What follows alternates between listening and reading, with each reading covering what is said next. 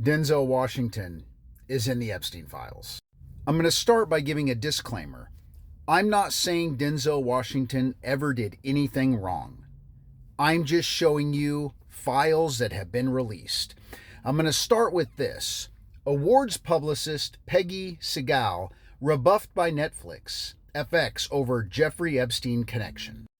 In 2013, Peggy Seagal, who had a relationship with Jeffrey Epstein for, I think it was 13, 14 years, sent him a list regarding St. Barth's.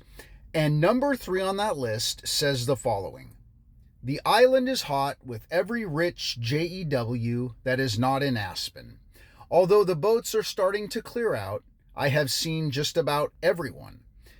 Missed Denzel Washington jet skiing in the harbor. There are many rich, high-profile music showbiz African Americans in very visible residence, including Eddie Murphy. And then at the bottom, are you coming here? Now you're probably saying, well, that doesn't mean anything. And you're probably right. But this woman had a personal relationship with Jeffrey Epstein for a very long time, and she was in charge in a lot of ways of connecting Jeffrey Epstein and keeping him aloof of prominent figures and what was happening in their worlds, right? So this email above is from Allison Reddington to a redacted source. The original message is from Peggy Seagal to Jeffrey Epstein's email, which we know, and Allison Reddington and Andrea Fernandez, to which Peggy says, Allison, send Jeffrey my schedule for this week and next. And that is what she did above. Now, her schedule at the bottom says Monday, October 29th, flight with Denzel Washington, Ziegfeld, Serco. Now, you still might be saying that doesn't mean anything. This was possibly just them letting know Jeffrey Epstein their schedule and that they were maybe attending these screen invites, right? Regarding these renowned figures. But look at the next email. This email, even though the from and to have been redacted, the subject is confirmation Equalizer invite, the movie. Dear Mr. Jeffrey Epstein, now listen to the names. Please join our hosts, Steve Tisch, Ethan Hawke, Spike Lee, Anthony Mackie, Antonio L.A., Amar Stoudemire, along with Denzel Washington and Antoine Fuqua on September 22nd for screening and party for the Equalizer. And then at the bottom, please reconfirm your attendance for Monday night. Now, this doesn't prove Denzel Washington did anything wrong, and I'm not saying he did.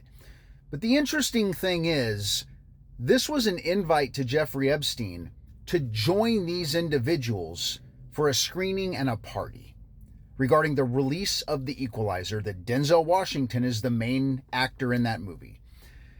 And this is, again, like I said in the Robin Williams video from a couple days ago, this was after they knew about who Jeffrey Epstein was, what he had already been indicted for, what this man was all about.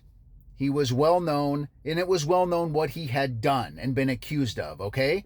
Going all the way back to 1996 with Maria Farmer. They knew, but he was invited to join them. Now, I'm not going to say that Denzel Washington's guilty by association because Jeffrey Epstein was coming, but the interesting thing is Steve Tisch was there too. So you have Steve Tisch, Jeffrey Epstein being invited. These people knew who Jeffrey Epstein was. Trust me, if we knew, they knew. Reid, who was at that premiere years and years ago, recently settled with ex-recording executive who accused him of sexual assault. Now, Mr. Reid's lawyer said in a statement that he had amicably resolved this matter with Ms. Dixon without any admission of liability. But I'm going to point out that musicians John Legend and Aku Araka Tate and recording executive Roy Lott were among the witnesses who had been set to testify on Dixon's behalf. Now, Ms. Dixon worked for Reid when he was Arista's chief executive. She alleged that he sexually assaulted her twice in 2001, which was many, many years before he was at this screening and party with Tisch and Denzel Washington and Spike Lee and all the others, where Jeffrey Epstein was invited, and later cut her budget and sidelined artists when she rebuffed his continuing advances. Dixon left Arista in 2002 and contends that her meteoric trajectory in the music business was cut short by Reid's harassment. Reid left Epic Records in 2017 after a former female assistant accused him of sexual harassment. So maybe this is painting a little better picture of the crowd that was at this gathering where Jeffrey Epstein was invited. This guy was there too, albeit many years before this happened, but he was arrested on battery charge after he allegedly punched his daughter. Then in 2017, he apologized for offensive comments against the LGBT community.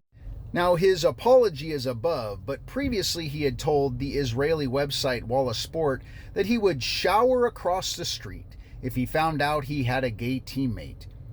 And his apology, of course, said that all of his answers had a comedic undertone and that this was part of a larger interview, right?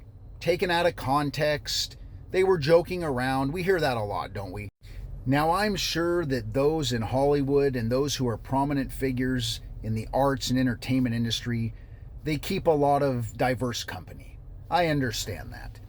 But the company that was being kept at this particular premiere, knowing that Jeffrey Epstein had been invited formally, and these people knew Jeffrey Epstein was coming, it makes me think of the Equalizer in a completely different way. If you've never seen the Equalizer movies, yes, they're great. Yes, Denzel Washington does an amazing job, but it's very heavy subject matter. And I just see them a little differently now, knowing that he was at a premiere and a screening and a party for the Equalizer when these types of individuals were there and they had invited Jeffrey Epstein. Now, I know some of you are probably defensive about what I've been sharing, but I want to say this again. I'm not saying Denzel Washington did anything at all. I'm just showing you what's been released and the company that was at that he kept at that party and who was invited, above all else, after they knew about who he was. It was well known for years who Jeffrey Epstein was. So let's do an interactive experiment. Which of these movies, in your very limited, if any, experience at all with Denzel Washington personally, which I imagine most of you have had never met Denzel Washington, in your mind, what movie best exemplifies who you think Denzel Washington is as an authentic human being? How many of you picked John Q because you could empathize with a man who would do anything to save his child's life, including taking hostages in a hospital? I remember I identified with that when I was younger.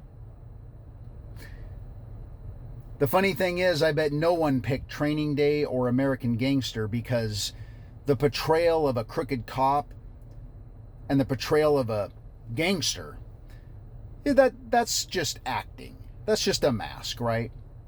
He's not really that way authentically. He doesn't have any of those sentiments. That's not part of his personality. He sure played those parts really well, though. Fantastically well. As most of his other parts. So here's my question. Which roles that these people play are they actually wearing masks? All of them? Some of them? Do they pick roles that align with who they are authentically over roles that don't really connect with who they are authentically? Or do they just take roles because they need to fulfill their job and they need to make a living? And how do you know that all of the clips and interviews you've ever seen of these people, the commencement speeches, how do you know they weren't wearing a mask then? Because I'll tell you right now, we all wear masks. When you go into that workplace every day in your outfit, having to speak a certain way and hold yourself a certain way, you're serving a role. You're playing a part. You have a mask on. Maybe not a full mask. Maybe it's a veil. But that's what it's all about. We all wear masks. Many of us have been doing it our whole life just to please others. So why wouldn't we think, with our knowledge and understanding of wearing them ourselves, that these people don't wear them when they're not getting paid? Food for thought.